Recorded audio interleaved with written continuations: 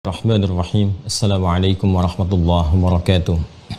Alhamdulillah, di pertemuan yang kemarin kita telah membahas rangkaian doa-doa dalam sesi Ramadan.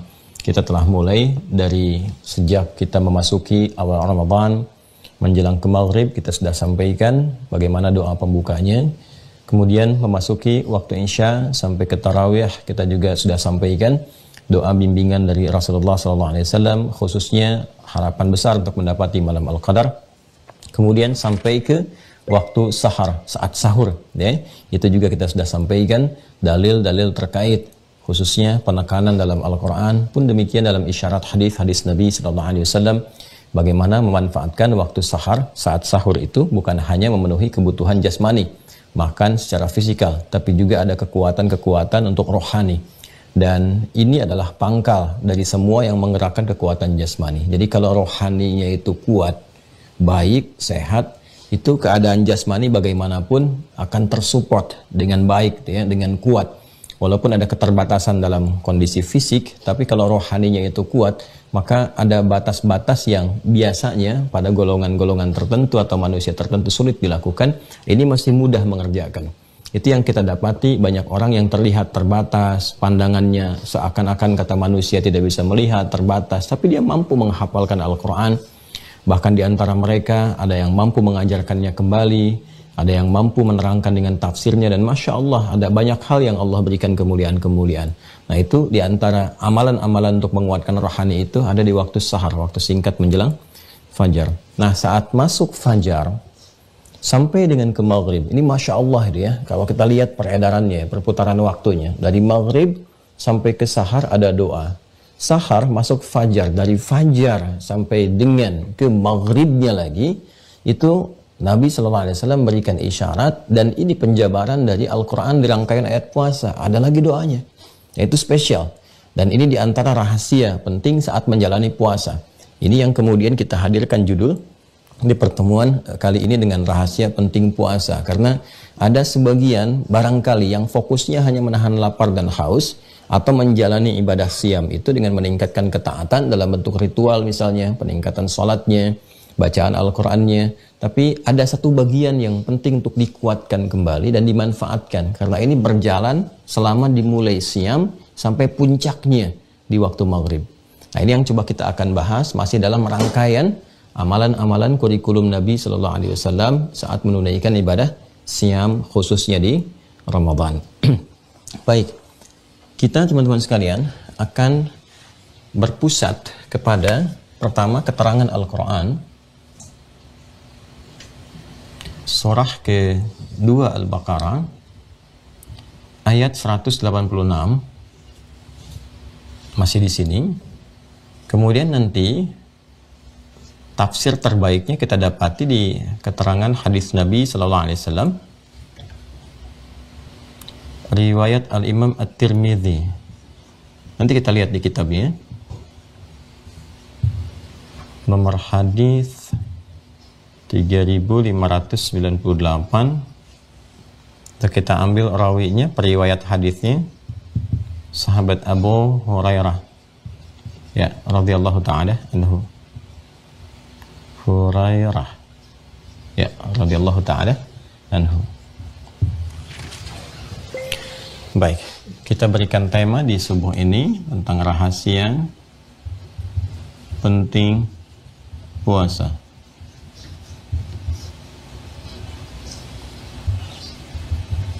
Yang dimaksudkan saat berpuasa ada sesuatu yang sangat penting gitu ya, yang saking pentingnya seharusnya tidak boleh luput. Tidak boleh luput. Ya, karena itu kita harus pelajari sebelum masuk ke waktunya, atau nanti kita biasakan dulu, ya, sehingga itu menjadi satu kebiasaan yang secara otomatis ketika memasuki waktu Ramadan sudah bisa kita praktekkan. Nah, teman-teman sekalian, rahasia yang dimaksudkan ini masih masuk dalam pembahasan rangkaian doa. Kalau Anda kembali ke buku yang pernah saya tuliskan yang makna ayat puasa, di antara kurikulum amalan Nabi SAW itu kan memperbanyak doa, kan, selama Ramadan. Ada interaksi dengan Al-Quran, memperbanyak kemudian infak, menggiatkan sedekah, kan. Nah, kemudian ada juga nanti yang terkait dengan memperbanyak doa. Yang poin ketiga, saya lompatkan dulu ke yang keempat, ya plus yang kelima, supaya nanti bisa balik kesimpulan akhirnya nanti dirumuskan pada poin yang ketiga, ya memperbanyak amal soleh itu.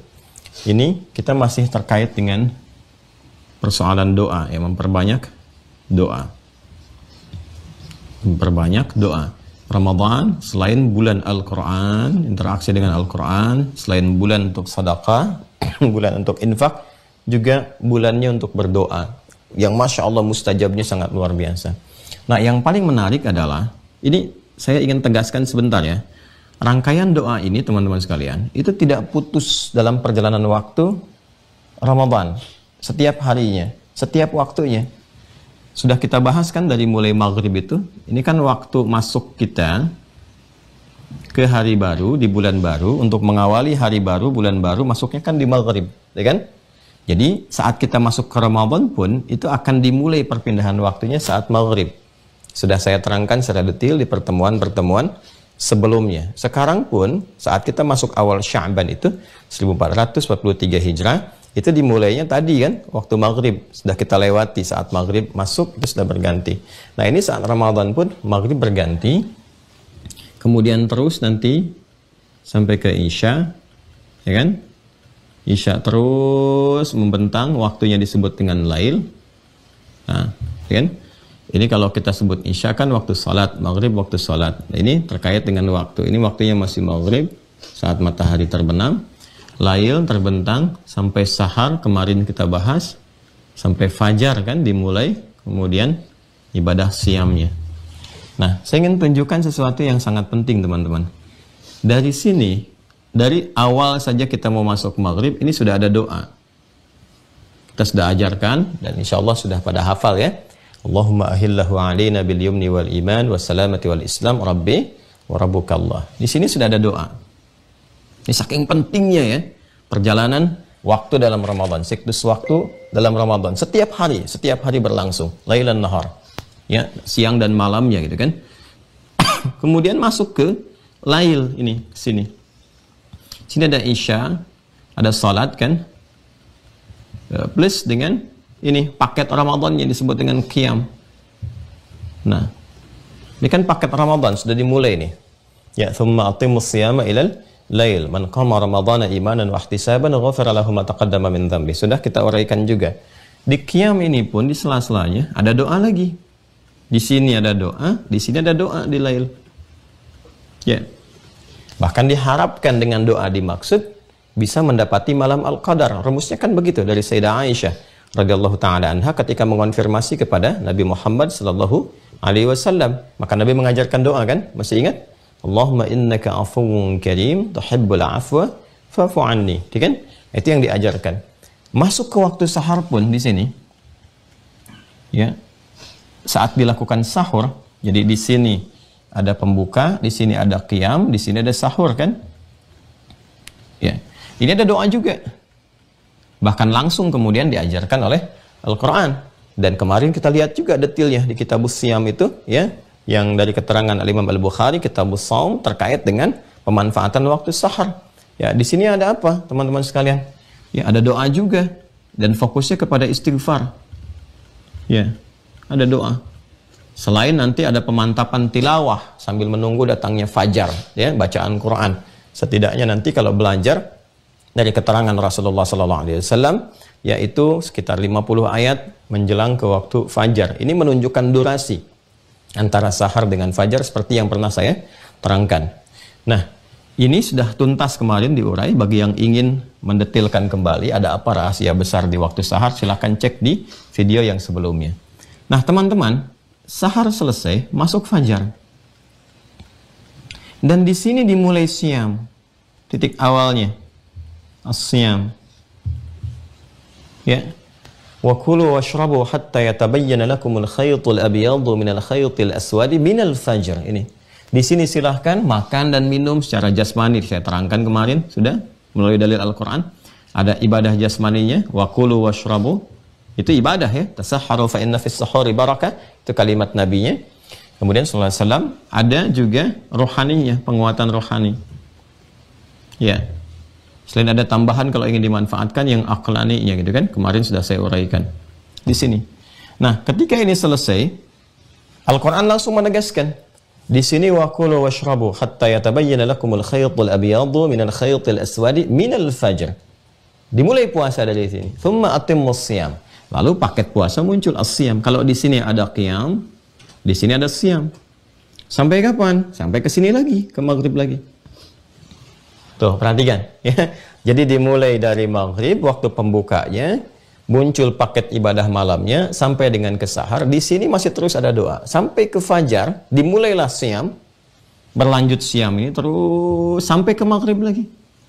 Dan inilah dahsyatnya. Saat menunaikan ibadah shiyam ini, mulai kita berpuasa, maka Nabi SAW memberikan satu keterangan yang sangat luar biasa, dan ini penjabaran dari Quran surah kedua Al-Baqarah ayat 186. Dan berlakunya penjabaran Nabi SAW ini itu dari mulai siam ini sampai ke sini berbuka, sampai iftar ya. Kalau ini ada buka, ada iftar, sampai berbuka.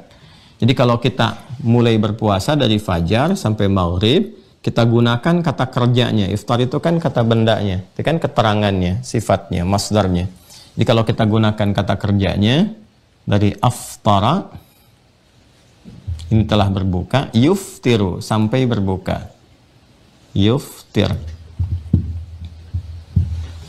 Jadi dari mulai puasa sampai berbuka, sampai ke sini. Nah, ini gambarannya. Jadi bentangan waktunya dari fajar sampai maghrib. Dimulai ibadah siam, yasum, kan? Terus membentang sampai buka. Ya, jadi kalau kita ingin sempurnakan kalimatnya dalam bahasa Arab, misalnya yasum, yasumu, orangnya shaim, as-shaim, as-shaim, kan? Yasum, dia berpuasa sampai berbuka, hatta yuftira, gitu kan? Hatta yuftira, sampai kemudian berbuka. Nah, ini ada rahasia di sini teman-teman, yang tidak hanya terkait dengan menahan lapar, haus, gitu kan? Dan segala terkait dengan ketentuan puasa, meningkatkan ibadah ritual misalnya, ya, seperti salat. Ada juga kaitan dengan interaksi dengan Al-Quran misalnya, ya, atau juga ada sedekah misalnya yang kita bisa maksimalkan, atau juga terkait dengan rutinitas yang kita niatkan sebagai ibadah. Rutinitas yang kita niatkan sebagai ibadah. Ini bedanya insan beriman dengan yang belum beriman. Jadi semua pekerjaannya diniatkan sebagai ibadah. Ya, even itu baru bangun tidur, dari membuka kelopak matanya sampai dia berjalan, sampai bekerja dan sebagainya, niatkan sebagai ibadah. Dan pahalanya berganda saat Ramadan. Nanti saya akan terangkan itu saat menutup bab tentang kurikulum Nabi SAW. Nah, selain ini semua, teman-teman sekalian, ada lagi yang sangat luar biasa, dan ini menjadi rahasia penting untuk dilakukan. Apa itu? Doa. Jadi ternyata doa selama Ramadan di setiap pergantian waktunya dalam sehari. Setiap pergantian waktu dalam sehari. Kan pergantian waktu itu kan ada 5 dalam sehari kan. Dari mulai fajar, kalau kita mau ngambil awal paginya, terus masuk ke siang kan jadi zuhur. Ya zuhara ya zuhar, jadi terang, jelas, semua terlihat, nampak gitu kan. Kemudian masuk ke sore kan, masa ada asar di situ kan. Tenggelam matahari, maghrib. Kemudian masuk malam, lail, ya kan? Ada salat, ada isya di situ. Lail sampai ke sahar, sampai ke fajar lagi, ya kan? Ya, pembatasnya sahar, masuk utamanya kan ke fajar. Jadi dari setiap pergantian itu nggak luput dengan doa. Tuh lihat, ada doa lagi. Dan ini doanya disebut langsung oleh Nabi SAW. Nanti di hadis riwayat Al-Imam At-Tirmidzi, seperti yang tadi saya tuliskan, itu doa yang sangat mustajab. Ya, bahkan redaksinya pun dahsyat itu. La turaddu da'watuhum, kan? Thalathatun la turaddu da'watuhum. 3 golongan yang sulit sekali ditolak doanya. Langsung saja kita lihat di hadisnya dulu. Setelah itu nanti kita akan kembali untuk mendalami apa yang ditegaskan oleh Allah Subhanahu wa taala dalam Al-Qur'an, khususnya di surah kedua Al-Baqarah ayat 186, dan ini masih masuk dalam rangkaian ayat Syam. Ya, nanti kita lihat. Baik, kita masuk dulu untuk memperkenalkan dalilnya, kita langsung buka kitabnya ya untuk menunjukkan tentang referensi yang jelas supaya kita bisa pahami. Ini ya kitabnya. Ya, Al-Imam At-Tirmidzi punya kitab Sunan, kadang disebut juga dengan Jami' ya, At-Tirmidzi.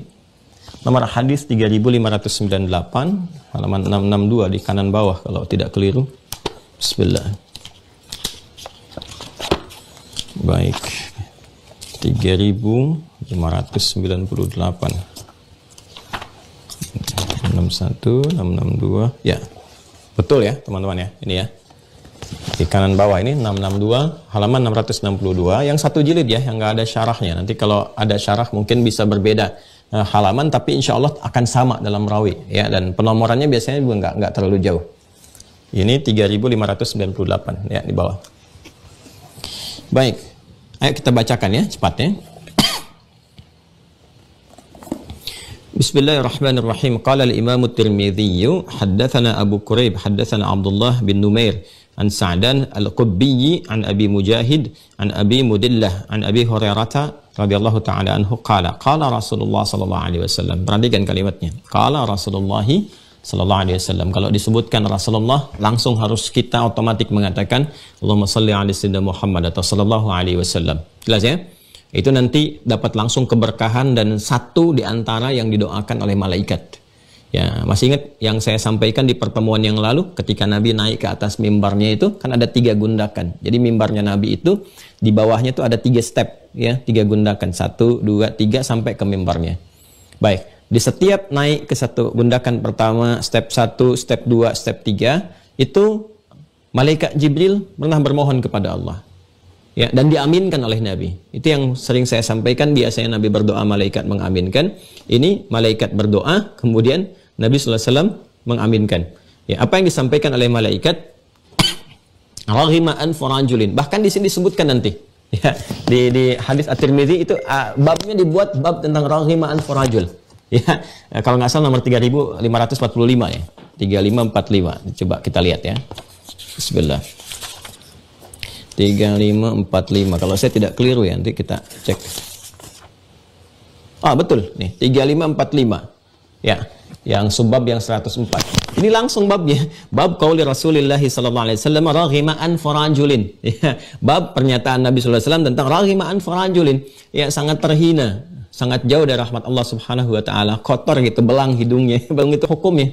Ya, apa itu hukumnya di hukum rajam? Ya, yang laki-lakinya itu dan perempuannya juga sama, ini sampai dengan meninggal. Itu sebelum dihukum yang laki-laki dicoret pakai arang dulu hidungnya. Ya, sehingga terlihat belang. Dari situ muncul istilah hidung belang. Itu awalnya. Ya, kalau kita baca sejarah gitu ya, makanya sering-sering belajar sejarah. Ya, kalau di Islam ada sirah itu sangat memberikan kesan pada kehidupan kita. Nah, ini hidungnya belang, raghima'an farajul ya. Ini menunjukkan orang yang biasanya kalau orang Arab bilang raghima'an farajul itu sudah perjalanan jauh dan tampilannya kotor. Ya, banyak debu dan sebagainya. Ini ilustrasi metafor ya bagi orang-orang yang dipandang rendah atau dalam konteks keagamaan di sini sesuatu yang terhinakan, itu kotor. Kata malaikat Jibril ini sangat hina, sangat nggak pantas gitu kan, jauh dari rahmat Allah Subhanahu wa taala. Siapa? Ada 3 golongan. Ya, siapa golongannya? Raghima'an farajulin dzukirtu 'indahu falam yusalli alayya gitu kan, ya, atau dalam redaksi malaikat Jibrilnya liman dzukirta indahu falam yusalli alaik gitu kan, orang yang kemudian disebutkan nama Nabi sallallahu alaihi wasallam tapi tidak bersolawat ya kepada Rasulullah sallallahu alaihi wasallam. Ya, itu satu. Nanti yang kedua ada yang seseorang yang mendapati Ramadan, liman adraka Ramadan falam yughfar lahu gitu kan. Kalau di redaksi hadisnya kita dapati raghima an farajulin dakhala alaihi Ramadan thumma salakha qabla an yughfar lahu. Ya, dia mendapati Ramadan dan sudah sampai akhirnya tapi tidak mendapatkan peluang ampunan di dalamnya. Ini menunjukkan dia abai dengan Ramadan, nggak sungguh-sungguh, nggak serius gitu kan, nggak serius dengan Ramadan. Kemudian yang ketiga adalah raghima an farajulin ya adraka indahu abawahul kibara falam yudkhilahul jannah. Ya, sangat terhinakan, sangat nggak pantas, nggak baik seseorang yang mendapati kesempatan orang tuanya masih hidup sampai sepuhnya, tapi nggak mengambil kesempatan itu, untuk menghadirkan bakti dan mampu memasukkan keduanya ke surga. Maksudnya apa? Yang dimaksudkan itu meningkatkan amalan, ya, merawat orang tuanya seperti orang tuanya merawat dia sejak kecil, dan itu berpotensi memberikan nilai-nilai kebaikan baik bagi dirinya juga kepada kedua orang tuanya. Ini ada 3 hal ini teman-teman sekalian yang ingin saya tekankan dan terkorelasikan dengan apa yang kita bahas, kan? Ini ada 2 konfirmasinya. Ya, yang pertama, liman dzukirtu indahu, ini Nabi langsung yang sampaikan ketika aku disebutkan, dia nggak bersolawat. Nanti ada di riwayatnya Imam Al-Hakim An-Naisaburi di kitab Al-Mustadrak, gitu kan. Jadi ada 2 konfirmasi nih antara malaikat dengan Nabi Shallallahu Alaihi Wasallam. Yang ketika disebutkan nama Nabi, dia tidak bersolawat kepada Rasulullah Shallallahu Alaihi Wasallam. Itu intinya. Ya, jadi kita kembalikan teman-teman sekalian. Rasulullah Shallallahu Alaihi Wasallam kemudian bersabda, "Thalathatun." Ya, kembali ke nomor hadis 3598. Thalathatun la turaddu da'watuhum. Ada 3 golongan yang tidak tertolak doanya. Ya, tidak tertolak doanya. Artinya ya dijawab. Sangat mustajab. Ini kalau redaksinya la turaddu da'watuhum, ya itu Masya Allah. Artinya peluang terjawabnya itu ya sangat tinggi. Ya, sampai mendekati 100%. Tinggal menunggu waktunya aja kapan dijawabnya, itu poinnya. Ya. Ya, kapan dijawabnya itu poinnya. Nanti kita lihat redaksi hadisnya. Siapa 3 golongan ini? Nah, jadi kalau nanti kita punya harapan, punya keinginan yang sekira menjadi kebutuhan kita, kan? Terus kita bertawakal kepada Allah dengan memohon, berdoa, ada cara mempercepat. Ada terkait dengan tempat, ada terkait dengan waktu, ada terkait dengan amalan.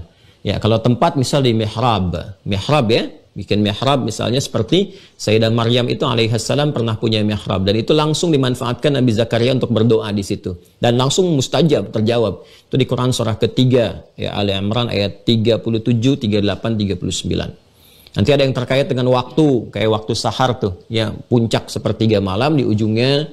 Kemudian nanti ada di antara adzan dengan iqamah, kemudian nanti ada di waktu Jumat spesifik ya. Di waktu Jumat itu nanti ada yang pas Jumatan, ada yang ba'da asar menjelang ke maghrib, waktu singkat menjelang ke maghrib. Kalau sekarang ya sekitaran 5:30 lah, 5:30 sampai dengan jam 6. Ya, ada yang terkait dengan amalan. Nah, ini amalan. Yuk kita bacakan. Thalathatun la turaddu da'watuhum. As-saimu hatta yuftira. Nomor 1-nya, as-saimu hatta yuftira. Itu yang saya tuliskan. Ya. Nah, kalau Rasulullah sallallahu alaihi wasallam, Rasulullah sallallahu alaihi wasallam bersabda, "Thalathatun la turaddu da'watuhum." Ada 3 golongan yang doanya itu tidak tertolak, gitu kan? Artinya apa? Tidak tertolak itu gambaran untuk memberikan kesan cepat terjawab, mustajab. Ada rahasia penting saat menunaikan puasa, bahwa dalam puasa itu, 1, as-saimu hatta yuftira. Ini as-saimu hatta yuftira. Orang yang puasa, golongan pertama ya, yang doanya sangat mustajab, cepat terjawab. Cepat terjawab. Ya. Kalau kita menerjemahkan tekstual tidak tertolak ya. Tapi kalau kita ambil kesan diksi itu ke dalam pemaknaan ya, maka makna yang cepat untuk kita bisa pahami maksudnya cepat terjawab, mustajab. Kondisinya as-saimu hatta yuftira. Orang puasa sampai dia berbuka. Orang puasa sampai dia berbuka. Nah, teman-teman, kalau kita lihat di hadis ini ya, ada 2 hal yang pokok. Hal pertama, menunjuk satu amalan spesifik berupa puasa. Siam. As-siam.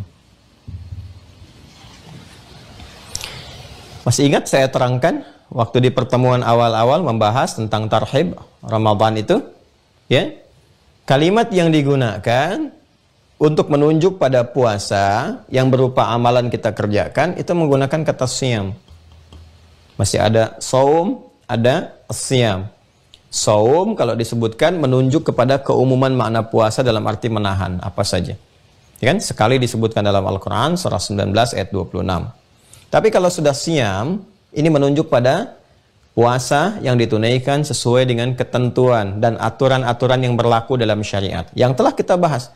Ada syaratnya, syarat sahnya, syarat wajibnya, syarat sah dan wajib bersamaan. Silahkan cek kembali. Ya. Nah, artinya apa? Artinya orang yang berpuasa sesuai dengan ketentuan, aturan-aturan yang ditetapkan oleh Allah Subhanahu wa taala dan dijelaskan oleh Rasulullah sallallahu alaihi wasallam itu memiliki potensi untuk cepat dikabulkan doanya. Puasa yang mana? Kalau melihat kepada hadis ini, umum puasa mana saja yang dikerjakan. Ya, nanti ada puasa misalnya Senin, ada puasa Kamis yang sunnah, ada Ayyamul Bid misalnya, ya pertengahan bulan 13, 14, 15, kan? Ya, Sya'ban ini ada juga syariat sunnah memperbanyak puasa, ada. Ini masih mencakup umum. Ya, tapi yang paling menarik adalah perhatikan baik-baik. Ketika masuk ke bulan Ramadan, ada ayat spesifik untuk mengoptimalkan doa seperti yang telah kita ulas di pertemuan yang lalu. Ini ayatnya. Dan ada di antara mufassir ketika menerangkan ayat ini yang langsung mengorelasikan dengan manfaat doa yang ada di hadis ini, di hadis At-Tirmidzi. Ya. Jadi Anda bisa bayangkan saat Senin aja di hari biasa yang bukan Ramadan, Kamisnya, Ayyamul Bidnya, itu ada potensi cepat terjawab, apalagi Ramadan. Yang peningkatan dan akselerasi teman-teman sekalian, kebaikannya itu bisa berlipat-lipat dari hari biasa. Pahala berlipat, gitu kan? Ketaatan yang dibangun juga fitrahnya untuk mendekat kepada Allah bisa berlipat. Kecenderungan untuk taubat juga bisa berlipat. Maka doanya pun ini nggak sembarangan. Karena itu ketika disebutkan as-saimu hatta yuftira, walaupun kalimatnya umum mencakup kemudian ke setiap waktu, tapi menariknya ketika masuk ke Ramadan, maka ada penekanan yang langsung ditekankan oleh ayat Al-Quran. Seakan memberikan kesan kepada kita bahwa Ramadan spesial. Harus dimanfaatkan, jangan sampai luput gitu. Ada peluang di dalamnya. Selain malam Al-Qadar di malam harinya, selain ada sahar untuk bertobat, selain ada qiyam untuk berdoa. Ini saat siam, ada hal yang sangat besar. Jangan sampai tahan lapar, tahan haus, tahan segala yang dilarang, ataupun juga yang merusak, tapi sampai berbuka nggak termanfaatkan ini. Apa itu? Doa yang mustajab itu. Nah, saking pentingnya ini dimanfaatkan saat Ramadan, ayat menegaskan. Wa idza sa'alaka 'ibadi 'anni fa inni qarib ujibu da'watad da'i idza da'an falyastajibu li. Perhatikan baik-baik. Ya, saya sudah pernah terangkan ini saat membahas tentang awal ayat doa. Ya kan? Dan ini masuk dalam rangkaian ayat puasa. Karena itu wawunya itu bisa juga dipahami dengan ataf yang mengaitkan ayat 186 dengan 185, 184, 183. Plus nanti korelasinya dengan ayat 187. Kan siyak, sibak, lihak. 186 siyaknya, sibaknya ke yang sebelumnya, lihaknya ke yang setelahnya. Perhatikan baik-baik. Dan Muhammad sallallahu alaihi wasallam, masih ingat yang saya pernah terangkan dulu? Jika ada hamba-hambaku, gitu kan, bertanya kepadamu dengan tujuan untuk mendekat kepadaku, pada Allah Subhanahu wa taala, baik yang saleh untuk meningkatkan ketaatan ataupun yang pernah salah yang ingin bertobat, sampaikan kepada mereka bahwa aku begitu dekat. Aku mengetahui dan mengerti kedalaman hati mereka. Pasti mereka ingin memohon, ingin meminta. Sampaikan kepada mereka bahkan sebelum mereka bertanya. Ya kan? Aku akan menjawab apapun yang mereka mohonkan sepanjang itu jadi kebutuhan bagi kehidupan mereka. Kalau tobat berpeluang diampuni, kalau minta ketaatan berpeluang ditingkatkan. Dan ini ayat terkait dengan Ramadan sebagai fitrah. Saat Ramadan itu seperti pernah saya uraikan, itu akan banyak orang mendekat kepada Allah. Minta, bermohon. Nah, yang menariknya adalah ketika Allah kemudian menyampaikan falyastajibuli. Falyastajibuli. Falyastajibuli. Ya, maka kalau ingin segera doa itu dijawab, dikabulkan, falyastajibuli, maka cepat pula respon seluruh seruanku. Ya. Seruanku kata Allah. Ya, cepat respon semua seruanku. Ya, di pertemuan lalu kita memahami falyastajibuli dengan makna umum. Artinya apa? Semua seruan Allah. Allah menyeru kan untuk salat, ya, dengan muadzin mulai berkumandang, ya, dengan azannya itu Allahu Akbar, seruan Allah. Respon cepat, begitu cepat merespon, cepat pula dikabulkan. Semakin cepat ukuran kita merespon seruan Allah, secepat itu pula Allah akan menjawab apa yang kita mohonkan kepadanya. Sesuai dengan apa yang sekiranya kita butuhkan. Baik itu kebutuhannya dari segi yang kita mohonkan materinya, atau waktu kesiapan menjalankan itu. Ya terkadang butuh memang, tapi bukan sekarang, nanti. Gitu kan? Maka itu nanti redaksi hadisnya kalau kita sempurnakan, ada keterangan langsung di hadis ini memberikan kesan kepada kita bahwa itu akan diberikan sesuai dengan maslahat kebutuhan kita. Baik materinya ataupun juga dengan presisi waktunya. Nah balik ke sini. Ini gambaran umum. Diminta untuk berinteraksi dengan Al-Quran, kita interaksi. Diminta untuk infak, kita infak. Dan puncaknya apa? Karena ini ada yang terkait dengan rangkaian ayat puasa, ada beberapa kalangan mufassir yang langsung spesifik mengarahkan diksi ini faliyastajibuli ke ibadah siam ke sini. Dan menjadikan hadis ini sebagai tafsir. Ya. Faliyastajibuli, karena ini terkait dengan konteks penunaian ibadah siam, ibadah puasa, maka ya, ada yang menafsirkan bagus sekali tafsirannya. Faliyastajibuli, maka respon dengan benar, cepat jawab seruanku untuk menunaikan ibadah siam itu, puasa itu. Ya. Di mana seruan Allah yang terkait penunaian puasa ini? Kembali ke ayat 183. Bukankah kita diseru? Ya ayyuhalladzina amanu. Hei semua orang yang telah menyatakan dirinya beriman. Ya kan, diserukan oleh Allah, hei semua yang beriman. Ya kan, semua yang beriman. Kutiba alaikumus siyam. Muncul ininya. Mulai saat ini diwajibkan bagi kalian menunaikan ibadah siam. Kembali diksinya menggunakan siam, bukan saum. Artinya bukan sembarang puasa. Ya, bukan puasa yang pengen kita tahan saja. Tahan, bukan sekedar menahan. Kalau sekedar menahan itu saum. Menahan untuk tidak bicara, seperti Sayyidah Maryam alaihissalam pernah melakukannya. Ya kan? Menahan untuk mengerjakan suatu tindakan tertentu, itu masih umum imsak. Kalau sudah siam, ada aturannya. Ada ketentuannya, kan? Diwajibkan bagi kalian menunaikan puasa, tapi jangan sembarangan puasanya, kan? Tunaikan sesuai dengan aturan, ada ketentuannya, dikerjakan dengan baik. Kalau kalian bisa kerjakan ini, faliyastajibuli, bisa direspon dengan baik. Terus imannya disentuh lagi, kan diserunya ya ayyuhalladzina amanu. Setelah ini disebutkan lagi wal yu'minu bi. Wal yu'minu bi. La'allahum yarshudun. Ya. Dan tingkatkan imanmu kepadaku. Jadi respon seruan itu dengan dasar iman, ketaatan, kepatuhan ya kepada Allah Subhanahu wa taala. Jadi ketika kita kemudian melihat rangkaian ayat-ayat ini dan Allah menegaskan kepada kita, ayo cepat respon. Cepat respon. Sejauh cepat engkau merespon ibadah siam itu dengan benar, teman-teman sekalian, maka apa yang terjadi? Ya. La'allahum yarshudun. Boleh jadi mereka akan cepat mendapatkan pencerahan, petunjuk. Dan di antara petunjuk itu terkaitnya dengan doa. Kalau kembali ke sini, jawaban dari doa. Kalau kita bertanya seperti apa engkau menjawabnya ya Allah, balik ke sini. La turaddu da'watuhum. Nabi langsung menjelaskan, Nabi langsung menafsirkan. Salasatun la turaddu da'watuhum. 3 golongan yang doanya sangat mustajab, cepat dijawab.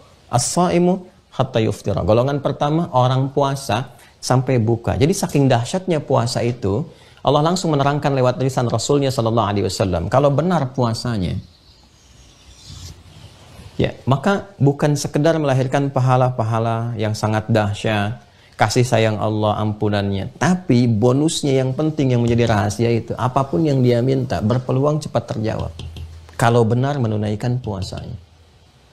Nah, ini hal yang terkait dengan doa saat penunaian ibadah siam. Al-Imam An-Nawawi rahimahullahu ta'ala memberikan penekanan pada poin yang kedua. Ini kan ada 2 poin ya, tadi saya sampaikan. Satu amalannya, ini. Pada yang kedua ini beliau menyampaikan, karena kalimat hadisnya langsung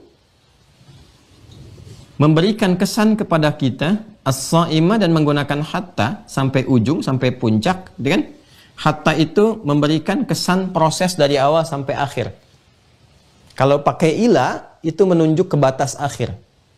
Ya, ke batas akhir. Kadang-kadang bisa ke mukaddimahnya, bisa ke akhirnya. Misal kalau saya katakan ana adhhab min Bekasi ila Jakarta. Saya akan pergi sekarang dari Bekasi ke Jakarta, misalnya kan? Ya. Jadi kalau sudah pakai ila, ya tujuannya Jakarta. Cuma nanti apakah batas awal ya tiba di Jakarta atau misalnya Jakarta mana yang saya sampaikan. Ya boleh jadi kan saya mau ke Jakarta Selatan, kan? Mungkin di Pondok Indah gitu kan, atau di Lebak Bulus. Tapi ketika ditanya Ustaz mau kemana? Ke Jakarta, ada wilayah Jakarta. Nah ketika sudah tiba tuh di mukaddimah, di batas masuk Jakartanya, itu sudah sampai dengan Ila.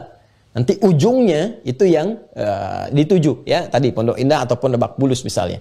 Nah ini yang pernah kita sampaikan juga ketika menyampaikan thumma atimmus siyama ilal lail. Ya ketika Allah menegaskan sempurnakan puasa itu sampai ilanya itu muqaddimatil lail. Kapan muqaddimatul lail? Lil maghrib. Ya, maghrib. Nanti setelah maghrib ada ibadah lagi paketnya. Itu ya. Jadi puasanya berhenti sampai di sini. Setelah maghrib muncul lail, paketnya tunaikan lagi. Oh itu indahnya Al-Quran. Cuman pakai ila tuh. Ya.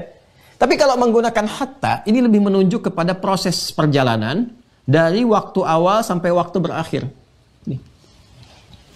Dan Nabi karena orang Arab paling fasih, ana afsahul Arab kata Nabi sallallahu alaihi wasallam, kan baida'anni min Quraisyin, itu menggunakan kata hatta. Ya, as-shaimu hatta yuftira, orang puasa sampai buka. Al-Imam An-Nawawi kan beliau juga pakar bahasa. Ya, selain di hadis, di fiqih, di tafsir juga, beliau pakar bahasa. Ya, beliau melihat nih karena ada kata hatta, ya, orang berpuasa sampai berbuka. Artinya apa? Artinya peluang dia untuk terkabul doa itu bukan hanya pada saat puncak di akhir saat berbuka, selama puasa. Dari mulai ba'da fajar itu. Ya, dari mulai dia mulai menahan lapar, menahan haus, dan menahan maksiat dan seterusnya, itu sampai ke sini. Sampai dia berbuka, dan ini puncaknya. Ini puncaknya. Dan Masya Allah teman-teman sekalian, ini setiap perjalanannya sampai ke puncaknya, itu bisa ditafsir dengan hadis-hadis Nabi SAW. Bagaimana alasan logisnya seorang hamba ini mudah dikabulkan doanya. Dan itu ditafsir lagi dengan hadis Nabi. Ya, dan para ulama kita, para muhaddithin dan para fuqaha itu sangat tajam melihat ini. Saya begitu meriset, Masya Allah, ini ulama kita ini. Jadi bukan cuman hadis 1, hadis 2, tapi setiap korelasi kenapa bisa begini, kenapa bisa begitu. Alasannya dijelaskan. Ya, ini saya ingin tekankan dulu, yang pertama, amalannya itu puasa yang tidak diikat dengan waktu tertentu. Yang pertama, pemaknaan umumnya, ya, pemaknaan umum. Jadi artinya setiap berpuasa, di setiap kesempatan kita puasa isi dengan doa. Kan? Dan puncaknya Ramadan, karena ada ayat khusus spesifik tentang doa. Puncaknya khusus spesial saat Ramadan, karena ada ayat khusus tentang doa. Dan yang kedua, ini waktu terbentang untuk mustajab itu dari mulai awal sampai berakhir puasa, puncaknya sampai akhir. Ya, puncaknya sampai akhir. Ya, harusnya banyak orang yang bisa memanfaatkan ini. Dari awal fajar sampai dengan ke maghrib. Ya, dari awal fajar sampai dengan ke apa? Sampai dengan ke maghrib. Ini kata Al-Imam An-Nawawi, manfaatkan waktu sebaik-baiknya dari mulai awal berpuasa sampai akhir, dan puncaknya ada di sini. Nah, sekarang kita bertanya. Walaupun sebetulnya pertanyaan ini kalau bagi insan beriman nggak harus dihadirkan. Jadi kalau udah qala Allah, qala Rasul, udah kerjain. Ya, ulama menjelaskan, paham, lakukan. Ya, tidak harus banyak bertanya, tapi kadang-kadang ada kan selalu ingin penelusuran kenapa ya. Nah, biasanya kalau iman sudah mantap, kita kerjakan, hikmah datang, memberikan bimbingan. Oh, ini loh alasannya, ini loh seperti ini gambarannya. Nah, ini Masya Allah teman-teman sekalian, kenapa orang puasa itu lebih cenderung doanya cepat dijawab oleh Allah Subhanahu Wa Taala? Alasannya nanti langsung Nabi terangkan dalam 2 hadis utama, dan salah satu hadisnya itu Qudsi. Salah satu hadisnya Qudsi. Yang ini belum selesai ya, kita bahas. Nanti kita kembalikan lagi ke sini. Saya ingin terangkan dulu terkait dengan pemaknaan tadi. Masih ingat kalau kita ngaji Al-Arba'in itu? Ya, dari 42 hadis karya Al-Imam An-Nawawi. Nah, di sela-sela itu Nabi SAW pernah menyampaikan, dikutip dalam Al-Arba'in ini. Ya, thumma dzakara rajula. Nabi pernah mengisahkan tentang seorang lelaki. Fokus ya, nanti kita lihat kaitannya. Yutilus safara. Dia melakukan perjalanan panjang, safar. Ya. Ash'atha aghbara, sampai-sampai kemudian ya terkena banyak debu lah, sampai kumbal gitu kan, kena debu dan sebagainya. Kemudian yamuddu yadayhi ilas sama. Lalu dalam masa perjalanan itu dia mengangkat tangannya ke langit untuk berdoa, untuk bermohon, gitu kan? Lalu apa dia katakan? Fayaqulu ya Rabb, ya Rabb. Maka dia berkata, ya Allah, ya Allah, ya, yang maha merawatku, memperhatikanku, dan memberikan segala kebutuhan, menjawab segala permohonan. Jadi yang dia sentuh adalah sifat rububiyahnya Allah Subhanahu wa taala. Dan itu bagian dari al-asmaul husna yang langsung diperintahkan oleh Al-Qur'an, kalau berdoa gunakan al-asmaul husna, maka ada potensi cepat terjawab. Ya, walillahil asmaul husna fad'uhu biha. Allah memberikan nama-nama terbaik sesuai dengan kebutuhan kita. Maka sebut nama Allah yang sesuai dengan kebutuhan kita.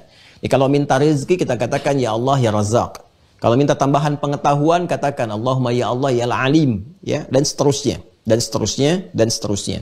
Nah, saya ingin katakan bahwa laki-laki ini melakukan 3 hal yang seharusnya doanya 3 kali cepat dijawab oleh Allah Subhanahu wa taala. Seharusnya 3 kali cepat dijawab. 1, doa saat safar. Nanti ada redaksi yang mirip dengan yang salah satu la turaddu da'watuhum ini, ada yang mirip sekali. Ya, ada, kalau yang ini kan bersalawat pada Nabi sallallahu alaihi wasallam, ya, yang kedua adalah memanfaatkan potensi berbakti kepada kedua orang tua, yang ketiga masuk Ramadan. Nanti ada redaksi lain. Yang salah satu juga la turaddu da'watuhum, 3 golongan yang sulit ditolak doanya. Siapa di antara mereka? Yang pertama al-imamul adil, pemimpin yang adil. Yang kedua da'watul musafir, doa orang dalam perjalanan jauh. Yang ketiga da'watul walidain, doa kedua orang tua. Itu hadisnya sahih. Ya, doa kedua orang tua. Makanya kalau orang tua lihat anak gitu ya, Masya Allah gitu ya, lihat anak dalam kondisi apapun arahkan ke doa, itu mustajab. Ya, itu mustajab. Nah, saya mau kembalikan ke sini teman-teman sekalian. Perhatikan baik-baik. Ini satu, dia menempuh perjalanan panjang, musafir. Ya, dan doanya mustajab, apalagi perjalanan yang mendekatkan diri kepada Allah. Karena itu kalau mau rihlah, mau jalan-jalan, ya, kami menyarankan berdasar keterangan Al-Quran, keterangan hadis-hadis Nabi SAW, cari tempat-tempat yang mampu mendekatkan diri kepada Allah. Ya, kalau ada uang misalnya lebih, Masya Allah ingin cari-cari tempat, carilah yang baik-baik, yang mendekatkan diri kepada Allah. Baik domestik, misalnya di lokal, di Indonesia, ataupun keluar Indonesia. Ya, di sini kan bisa kita lihat jejak sejarah Islam misalnya kan, di bumi Nusantara. Ya, kita bisa ke Aceh misalnya, atau sepanjang Pantura dan sebagainya. Itu banyak jejak-jejak gitu. Itu kalau Anda berangkat, itu mustajab doanya. Karena membangun ketaatan kepada Allah. Kalau keluar, Anda lihat misalnya pengen ke Mekah, pengen ke Al-Madinah Al-Munawwarah, atau pengen lihat jejak Islam misalnya kan di negeri-negeri tertentu, Anda pergi ke Mesir misalnya, kan? Anda pergi ke Tunisia, Anda pergi misalnya ke tempat-tempat yang kiranya menghadirkan berkah. Ashabul Kahf ada di mana, kan? Tempat para nabi berkehidupan ada di mana. Itu berangkatnya aja sebelum tiba tujuan, itu mempercepat terkabulnya doa. Nah, orang ini melakukan perjalanan jauh supaya doanya terjawab. Yang kedua, dia menempuh dengan ya, mengangkat tangan. Dalam hadis lain, Nabi SAW mengatakan, Innallaha hayyun karimun. Ya, hayyun karimun. Sungguh Allah itu maha mulia. Ya, dan sangat merasakan. Ya, mengakumulasi semua sifat kebaikan. Sangat merasa malu. Kan? Ya, bila ada orang yang mengangkat tangannya ke langit, memohon, kemudian tidak dikabulkan. Ini menjawab pertanyaan seorang sahabat, ya Rasulullah SAW. Kan? Apakah kalau aku berdoa Allah mengabulkan? Dengan mengangkat tangan, apakah Allah akan mengabulkan? Kata Nabi, bagaimana kalau ada seseorang meminta kepadamu dengan menengadahkan tangannya, apakah engkau memberi? Ya, dia mengatakan, aku malu kalau enggak beri. Maka Nabi merespon, sungguh Allah maha pemalu. Sungguh Allah maha mulia.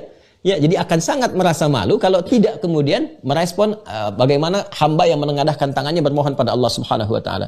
Artinya ini bahasa metafor. Ya, maksudnya orang yang mengangkat tangan itu ketika bermohon itu bisa 2 kali lebih cepat dikabulkan dibandingkan dengan orang yang biasa, yang irsal. Jelas ya? 1 menempuh perjalanan panjang, yang kedua mengangkat tangan, yang ketiga, ini sangat menarik ini. Fayaqulu ya Rabb, ya Rabb. Dia berkata al-asmaul husna. Memulai dengan al-asmaul husna. Jadi menempuh perjalanan panjang, mengangkat tangannya, mengatakan al-asmaul husna sebagai pembuka doa. Seharusnya doanya dijawab 3 kali lebih cepat dari orang-orang biasa. Tapi apa jawab Nabi? Anna yustajabu lidzalik. Bagaimana doanya bisa dijawab? Famat'amu haram, mashrabu haram, malbasu haram, wa ghudhiya biharamin. Sedangkan pakaiannya haram. Ya kan? Sedangkan makanannya haram, mat'amu haram.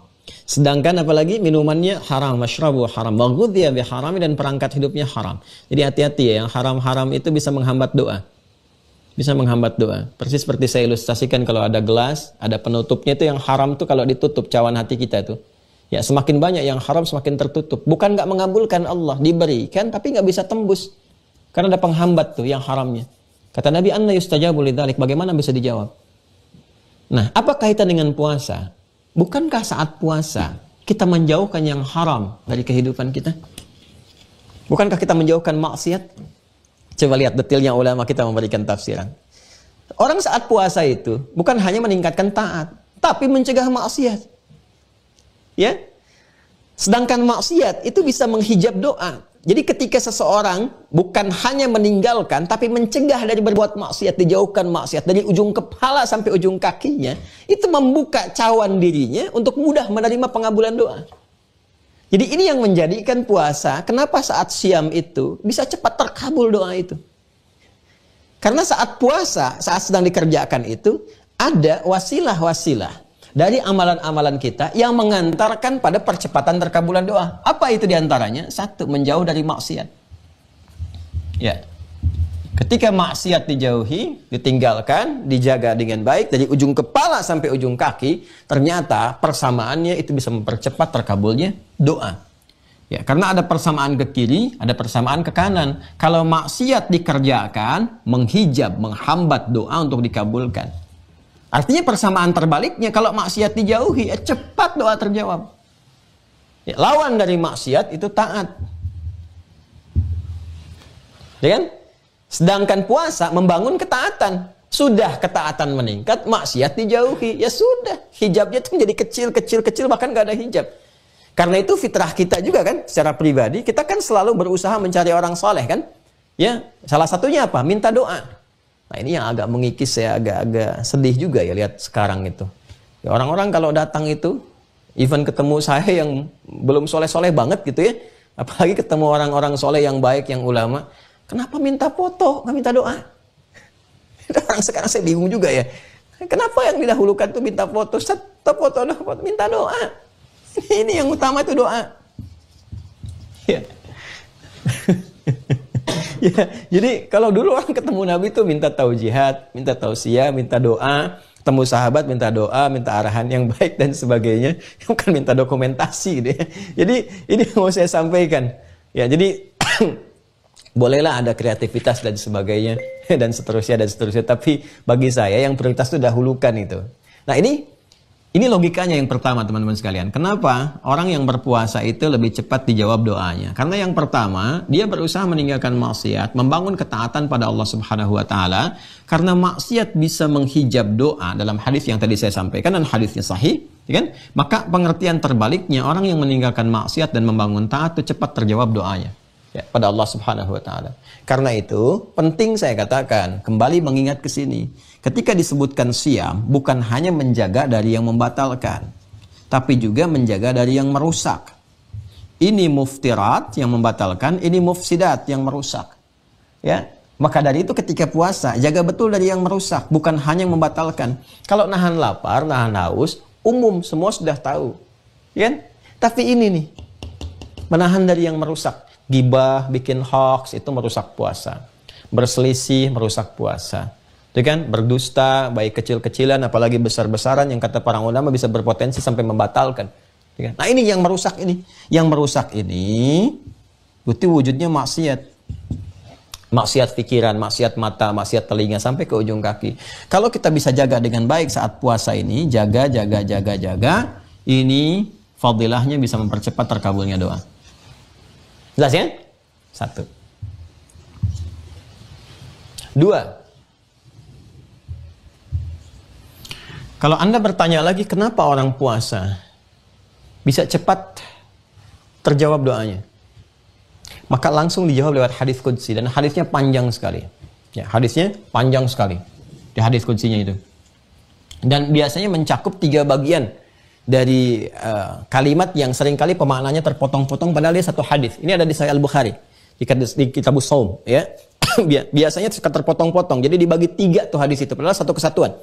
Ya, qala Rasulullah sallallahu alaihi wasallam, as-siyamu junnatun. Ya, fala yarfuth wala yajhal. Awas, as-siyamu junnatun. Orang kalau menunaikan puasa dengan baik itu junnatun, maka dia akan mendapati perisai. Ya, perisai yang menghalangi dia dari perbuatan maksiat. Itu dia. Ya, jadi kalau orang puasanya benar, puasanya bagus, latihan meningkatkan taat saat puasa, itu nanti ada perisai yang tidak nampak. Junnah itu perisai yang tidak nampak membentengi dirinya. Jadi secara tidak langsung terjaga dari maksiat. Kalau kita benar meningkatkan ibadah saat puasa, nanti mata itu ada perisainya, telinga ada perisainya. Perisai apa? Perisai yang menjaga dari berbagai maksiat yang dihadirkan oleh setan untuk menggoda. Ya, dia ada serangan ke mata, mata setan itu, busur setannya, panah setan, pengen dihadirkan ke mata supaya melihat maksiat, ada perisainya, dipalingkan dari maksiat. Ke telinga, anti mendengar yang maksiat. Ke lisan, nggak mau bertutur kata yang kotor-kotor, itu junnah namanya. Nah, manfaat puasa itu menghadirkan perisai itu. Saya sudah terangkan di buku ini yang makna ayat puasa. As-siyamu junnatun fala yarfuth wala yajhal. Ini menarik nih, teman-teman.